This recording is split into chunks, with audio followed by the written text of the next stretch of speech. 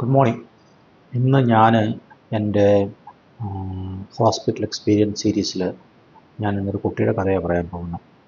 ഇത് റിയൽ സ്റ്റോറിയാണ്.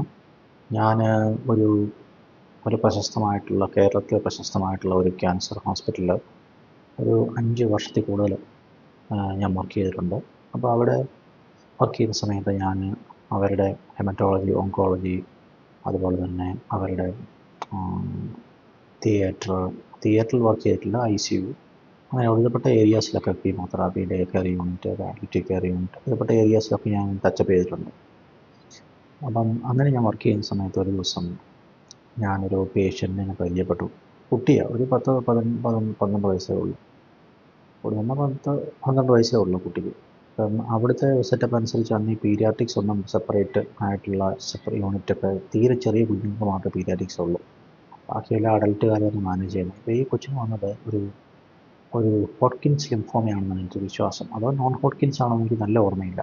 അതിൻ്റെ അകത്ത് ട്രീറ്റ്മെൻറ്റ് വൈസ്, റിസർച്ച് വൈസ് കുറച്ച് ഡിഫറൻസ് ഉള്ളതല്ലാതെ സിംറ്റം മാനേജ്മെൻറ്റും പരിപാടികളിൽ ഏകദേശം ഒന്ന് തന്നെയാണ്. അപ്പം അങ്ങനെ ഇരിക്കുന്ന ഈ കുട്ടിക്ക് ഞാൻ ഈ കുട്ടിയുടെ സ്വകാര്യത രക്ഷിക്കാൻ വേണ്ടി, ഇന്ന് ഈ കുട്ടിയില്ല, കുട്ടിയുടെ സ്വകാര്യത രക്ഷിക്കാൻ വേണ്ടി ഞാൻ ഈ കുട്ടിക്ക് ഒരു സുരേഷ് എന്നാണ് പേരിടുന്നത്. അപ്പോൾ ഈ സുരേഷ് എന്ന് പറഞ്ഞ ഈ കൊച്ച് അവിടെ വന്നു. അപ്പോൾ സുരേഷിൻ്റെ മദറുമുണ്ട്. അവിടെ വന്നിട്ട് ട്രീറ്റ്മെൻറ്റൊക്കെ സ്റ്റാർട്ട് ചെയ്തു. അപ്പം അവിടെ ഹോസ്പിറ്റലിൻ്റെ സെറ്റപ്പ് അനുസരിച്ച് അന്ന് ഈ കേരളത്തിൽ തന്നെ വളരെ പ്രശസ്തമായ ഈ ഒരു ഫെസിലിറ്റിയേ ഉള്ളൂ. ഇതൊരു പബ്ലിക് സെക്ടർ അണ്ടർടേക്കിംഗ് കൂടാണ്. അവിടെ വന്നു കഴിഞ്ഞിട്ടുണ്ടെങ്കിൽ അവിടെ വന്ന് ട്രീറ്റ്മെൻറ്റൊക്കെ സ്റ്റാർട്ട് ചെയ്യണം. അപ്പോൾ ട്രീറ്റ്മെൻറ്റ് പുറത്തൊക്കെ ഇൻവെസ്റ്റിഗേഷൻസൊക്കെ കഴിഞ്ഞ പേഷ്യൻ്റാണെങ്കിൽ അവർ ഇൻവെസ്റ്റിഗേഷനൊക്കെ സ്റ്റാർട്ട് ചെയ്തിട്ട് ട്രീറ്റ്മെൻറ്റൊക്കെ സ്റ്റാർട്ട് ചെയ്തു. അപ്പോൾ ട്രീറ്റ്മെൻറ്റൊക്കെ സ്റ്റാർട്ട് ചെയ്ത് കീമോതെറാപ്പിയാണ് പ്ലാൻ ചെയ്തത്. കീമോതെറാപ്പിയൊക്കെ പ്ലാൻ ചെയ്തു. അങ്ങനെ കീമോതെറാപ്പി എല്ലാം കഴിഞ്ഞു. ഇൻഡക്ഷനും മെയിൻ്റനൻസും കൺസോൾട്ടേഷനും എല്ലാം കഴിഞ്ഞു. സംഭവം എല്ലാം ഓക്കെ ആയി. അപ്പോൾ ഈ ദേഹത്ത് മൊത്തം ഈ കഴല പോലെ വരുവാണ്. സാധാരണ ഈ കഴുത്തിൻ്റെ നോഡിലും അതുപോലെ ക്ലാവിലും ഇവിടെ ഈ ഭാഗത്തൊക്കെ നോഡൊക്കെ സാധനം വരുന്നത്. ചുമ, അങ്ങനെയുള്ള സിംറ്റംസ്, പനി അങ്ങനെയൊക്കെ വരുന്നത് ചെക്ക് ചെയ്ത് നോക്കുമ്പോഴത്തേക്കാണ് ഇതെല്ലാം ഉണ്ടെന്ന് അറിയുന്നത്. ഇന്നത്തെ പോലെ ഇൻവെസ്റ്റിഗേഷൻസൊക്കെ അന്നുള്ള കാലം ചെയ്യാണ്ട് 2000 കാലങ്ങളിലെ കഥ എനിക്ക് പറയാം. ഏകദേശം 24 വർഷം മുമ്പത്തെ ഒരു സ്റ്റോറി. അപ്പോൾ അങ്ങനെ ഇത് കൊച്ച് ഞങ്ങളുമായിട്ട് ഭയങ്കര കൂട്ടാണ്. അപ്പം ഇപ്പോൾ ഈ സുരേഷിൻ്റെ വേറൊരു ഫ്രണ്ടുണ്ട്, ജോൺ. അങ്ങനെ കുറച്ച് പേഷ്യൻസൊക്കെ അവിടെ കിടപ്പുണ്ട്. ഇതിലൊക്കെ കിടന്ന് കൂട്ടാകും. വീട്ടിൽ ബന്ധുക്കളും എല്ലാം കൂടെ കിടന്ന് കൂട്ടാകും. അപ്പോൾ ഇവർ പുറത്തൊക്കെ ഇവർ താമസിക്കുന്നിട്ട് ചില പബ്ലിക് സർവീസ് സംഘടനകളും ചില സമുദായ സംഘടനകളൊക്കെ ചില താമസിക്കാനായിട്ടുള്ള പ്രൊവിഷനൊക്കെ തരുന്നുണ്ട്. അപ്പോൾ അവിടെയൊക്കെ താമസിച്ച് ഇവർ എല്ലാം ഭയങ്കര കൂട്ടാണ്. വീട്ടുകാരൊക്കെ ഭയങ്കര കൂട്ടാണ്. അങ്ങനെ കൂട്ടാൻ ഞങ്ങളുമായിട്ടൊക്കെ ഭയങ്കര കൂട്ടാണ്. അപ്പം ഞാൻ ജോലിയെപ്പറ്റി ആദ്യമായിട്ട് എന്തൂസിയാസ്റ്റിക്കായിട്ടുള്ള തരുന്ന സമയം. അപ്പോൾ അത് കഴിഞ്ഞിട്ട് ട്രീറ്റ്മെൻറ്റ് എല്ലാം കഴിഞ്ഞ് പോയി. അത് കഴിഞ്ഞിട്ട് ഈ പേഷ്യൻ്റ് റിലാപ്സായിട്ട് തിരിച്ചു വന്നു. അപ്പോൾ റിലാപ്സായിട്ട് തിരിച്ചു വന്നതിന് ശേഷം അത് കഴിഞ്ഞിട്ട് രണ്ടാമത് പിന്നെയും ട്രീറ്റ്മെൻറ്റ് സ്റ്റാർട്ട് ചെയ്തു. ട്രീറ്റ്മെൻറ്റ് സ്റ്റാർട്ട് ചെയ്തിട്ട് അത് കഴിഞ്ഞിട്ട് പിന്നെ ഇവർ അതും കഴിഞ്ഞിട്ട് പിന്നെ റിലാപ്സായി. അപ്പോൾ അങ്ങനെ റിലാപ്സായി കഴിഞ്ഞിട്ട് വന്നപ്പോഴത്തേക്കും ഈ പേഷ്യൻ്റ് കൺസൾട്ടൻ്റ് ഉണ്ട്. അപ്പോൾ ആ കൺസൾട്ടൻ്റ് അദ്ദേഹം എന്ത് പറഞ്ഞു വെച്ചാൽ, അത് പുള്ളി ഒരു നല്ല മനുഷ്യനായിരുന്നു. പുള്ളി പറഞ്ഞു, ഇനിയിപ്പം പിന്നെ ട്രാൻസ്പ്ലാന്റ് മാത്രമേ ഇനി ഓഫറുള്ളൂ. അപ്പോൾ നിങ്ങളുടെ സാമ്പത്തികം വെച്ചിട്ട് ഇതൊന്നും ഇനി കൊടുക്കാനായിട്ടുള്ള, ട്രാൻസ്പ്ലാന്റ് ഒന്നും ചെയ്യാനായിട്ടുള്ള സാമ്പത്തികം നിങ്ങൾക്കില്ല. അതുകൊണ്ട് ഇനിയിപ്പം പാലിയേറ്റീവ് ആക്കാം എന്ന് നമ്മൾ ഡിസൈഡ് ചെയ്തു. അപ്പം പാലിയേറ്റീവ് ആക്കുക മീൻസ് ഇനി ട്രീറ്റ്മെൻ്റ് ഒന്നുമില്ല, അതാണ് പാലിയേറ്റീവ് ആക്കാൻ ഉദ്ദേശിക്കുന്നത്. അപ്പോൾ ഈ രണ്ടാമതും ഈ അസുഖം വന്നു. കീമോ കഴിഞ്ഞ് പിന്നെയും ആ അസുഖം വന്നിരിക്കുന്നു. അതിനിപ്പോൾ ഒന്നും ചെയ്യാനില്ല. കീമോ കൊടുത്തിട്ട് സ്കോപ്പ് ചെയ്തില്ല. ട്രാൻസ്പ്ലാന്റ് എന്ന് പറഞ്ഞിട്ടുണ്ടെങ്കിൽ ഉദ്ദേശിക്കുന്നത് ഹൈഡോസ് കീമോതെറാപ്പി. ഹോഡ്കിൻസ് ആയതുകൊണ്ട് high dose chemotherapy with stem cell transplant ആയിരിക്കും ഉദ്ദേശിക്കുന്നത് എനിക്ക് തോന്നുന്നു. അന്ന് ട്രാൻസ്പ്ലാന്റ് ഒന്നും ഇവിടെയൊന്നും ചെയ്യുന്നില്ല. അന്ന് ട്രാൻസ്പ്ലാന്റ് ചെയ്യുന്ന വെല്ലൂരെ കൊണ്ടുപോകണം. അപ്പോൾ ഈ കൊച്ചിൻ്റെ ഫിനാൻഷ്യൽ ബാക്ക്ഗ്രൗണ്ടിനെ കൂടുതലാണ്. ഈ കൊച്ചിൻ്റെ അമ്മ മാത്രമേ കൊച്ചിനുള്ളൂ. ഇത് സെപ്പറേറ്റഡ് ആയിട്ടുള്ള സിംഗിൾ മദറാണ് എൻ്റെ മദർ. അപ്പോൾ അവരുടെ അടുത്ത് കൊല്ലം ഭാഗത്തെങ്ങാണ്ട് അവരുടെ വീട്. അവരുടെ അടുത്ത് അവിടെ ഈ കശുവണ്ടി അണ്ടി ഫാക്ടറി എന്ന് പറയുന്ന ഒരു സെറ്റപ്പിലാണ് ആ കൊച്ചിൻ്റെ അമ്മ ജോലി ചെയ്യുന്നത്. അപ്പോൾ വീട് ഒരു 5-8 സെൻറ്റ് സ്ഥലത്താണ് ഒരു വീട് ഇരിക്കുന്നത്. അപ്പോൾ ഈ വീട് ഈ ചികിത്സയുടെ ഭാഗമായിട്ട് ഈ വീട് ഓരോ സെൻറ്റും ചൈൽഡ്കാർക്കെല്ലാം വിറ്റ് ഇപ്പോൾ ഈ വീടിരിക്കുന്ന ഈ സ്ഥലം മാത്രമേ മിച്ചമുള്ളൂ. ബാക്കി മൊത്തം വിറ്റു. അങ്ങനെയാണ് അവർ ട്രീറ്റ് ചെയ്യുന്നത്. ഇപ്പോൾ ഏകദേശം 4-5 വർഷമായി ട്രീറ്റ് ചെയ്തുകൊണ്ടിരിക്കുക.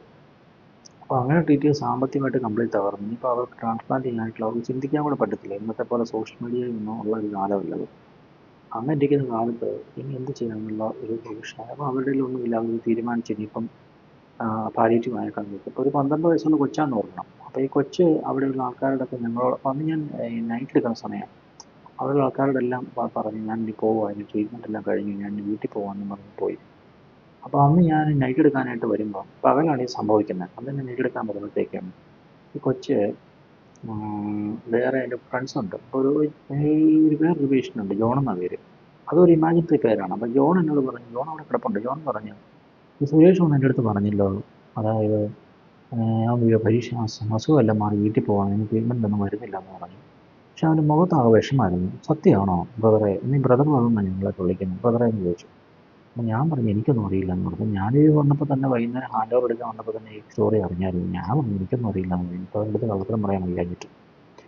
അങ്ങനെ കഴിഞ്ഞ് പോയി കുറച്ച് ദിവസം. അത് കഴിഞ്ഞിട്ട് ആ നൈറ്റ് കഴിഞ്ഞിട്ട് അടുത്ത നൈറ്റ് സമയമായപ്പോഴത്തേക്കും ഇപ്പം ഞങ്ങളവിടെ നൈറ്റ് ചെയ്യുന്ന സമയമെന്ന് വെച്ചിട്ടുണ്ടെങ്കിൽ നൈറ്റിലെ ഡ്യൂസൊക്കെ രാവിലെ 4 മണിക്ക് സ്റ്റാർട്ട് ചെയ്തിട്ട് 6 മണിയാകുമ്പോൾ ഡ്യൂസ് എല്ലാം കഴിഞ്ഞിട്ട് പിന്നെ അത് ക്യാൻറ്റീനിൽ പോയി ഒരു ചായ കുടിച്ചിട്ട് പിന്നെ ഹാൻഡ് ഓവറൊക്കെ എടുക്കാൻ വേണ്ടി ഞങ്ങൾ വെയിറ്റ് ചെയ്യും. അപ്പോൾ എനിക്ക് ഫസ്റ്റ് റോയിലെ ബെഡ് പേഷ്യൻ്റാണ് എനിക്ക് തന്നിരിക്കുന്നത്. അപ്പോൾ ഒരു 14 പേഷ്യൻ്റ് ഉണ്ട്, പിന്നെ ഒരു 4 എമർജൻസി ബെഡും കിടപ്പുണ്ട്. അപ്പോൾ എമർജൻസി ബെഡ് എന്ന് പറഞ്ഞിട്ടുണ്ടെങ്കിൽ ആ റോയിലുള്ള 4 പേഷ്യൻ്റ് അത്യാവശ്യമായിട്ട് വല്ലതും പരിപാടി എടുക്കാൻ വേണ്ടി വെച്ചിരിക്കുന്നത്. അപ്പോൾ ആ റോയിൽ നിൽക്കുന്നവൻ എമർജൻസി വന്നിട്ടുണ്ടെങ്കിൽ വലിക്കണം. അപ്പോൾ അങ്ങനെ നിൽക്കുന്ന സമയത്ത് ഒരു 7 മണിയൊക്കെ ആയി കഴിഞ്ഞപ്പോഴത്തേക്കും താഴെ ഒരു കോൾ വന്നു. ഞാൻ വിചാരിച്ചു പണ്ടാറെ ഇനിയിപ്പോൾ എനിക്കൊരു കോളായല്ലോ. അപ്പോൾ ഈ പോകാനെല്ലാം സെറ്റ് ചെയ്ത് നിർത്തിയേക്കുക. അപ്പോഴത്തേക്കും പറഞ്ഞു വിട്ടേക്കാൻ പറഞ്ഞു, ഒരു ഉപേക്ഷണം വരുന്നുണ്ട്. അപ്പോൾ ഞാൻ നോക്കിയപ്പോൾ ഈ സുരേഷിനെ ഒരു വീൽ ചെയർ എഴുതിക്കൊണ്ട് വരിക. വീൽ ചെയർ എഴുതിക്കൊണ്ട് വരുന്നു. സുരേഷിൻ്റെ അമ്മയും കൂടെ ഉണ്ട്. അപ്പം ഞാൻ പറഞ്ഞു ഓക്കെ എന്ന് പറഞ്ഞിട്ട്, അപ്പോൾ എനിക്ക് സുരേഷ് കാര്യങ്ങൾ അറിയാം. ഞാൻ ഇതൊക്കെ കൂട്ടാണെങ്കിൽ മാക്സിമം ദുഃഖമാണല്ലോ എൻ്റെ മുഖത്ത്. ഞാൻ മാക്സിമം അത് അവോയ്ഡ് ചെയ്യാനായിട്ട് ഞാൻ ഫേസ് ഒന്നും കൊടുക്കാതെ ഞാൻ ഡ്യൂട്ടി ഡോക്ടർ ആരെ വിളിച്ചിട്ട് കാണിച്ചു. അപ്പോൾ പുള്ളി ഇവിടെ വന്ന് പറഞ്ഞ ആൻറ്റിബയോട്ടിക്കും പുള്ളി സെപ്സിസിലാകണ്ടെന്ന് തോന്നുന്നു ഒക്കെ എഴുതി വെച്ചിട്ട് അത് പറഞ്ഞു. എന്നിട്ട് ഇങ്ങനെ വെച്ചിട്ട് അങ്ങ് പോയി. അവിടെ അവർക്ക് വലിയ താല്പര്യമൊന്നുമില്ല, അത് വെച്ചിട്ട് അങ്ങ് വരാൻ പറ്റും.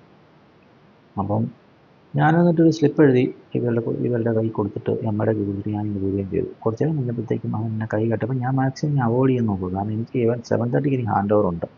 7:30 കഴിഞ്ഞിട്ട് എങ്ങനെയെങ്കിലും ഇവൻ തലേന്ന് ഒഴിഞ്ഞിട്ട് എങ്ങനെ പോയാൽ മതി. കാരണം എനിക്കിനി അവനെ ഫേസ് ചെയ്യാനായിട്ടുള്ള ധൈര്യമില്ല. എനിക്ക് അവൻ എന്ത് പറയുമെന്ന് എനിക്കറിയില്ല. ഞാൻ പല പേഷ്യൻസും കണ്ടിട്ടുണ്ട്, അത് ആകെ തകർന്നിരിക്കുന്ന അവസ്ഥയാണ്. അപ്പോൾ ഞാൻ എന്ത് ചെയ്തെന്ന് വെച്ചിട്ടുണ്ടെങ്കിൽ ഞാൻ മാക്സിമം അവോയ്ഡ് ചെയ്യാൻ വേണ്ടി ഞാനിവിടെ ഈ അസോസിയേഷൻ്റെ അവിടെ പമ്മിൽ കൂടി നിൽക്കുക.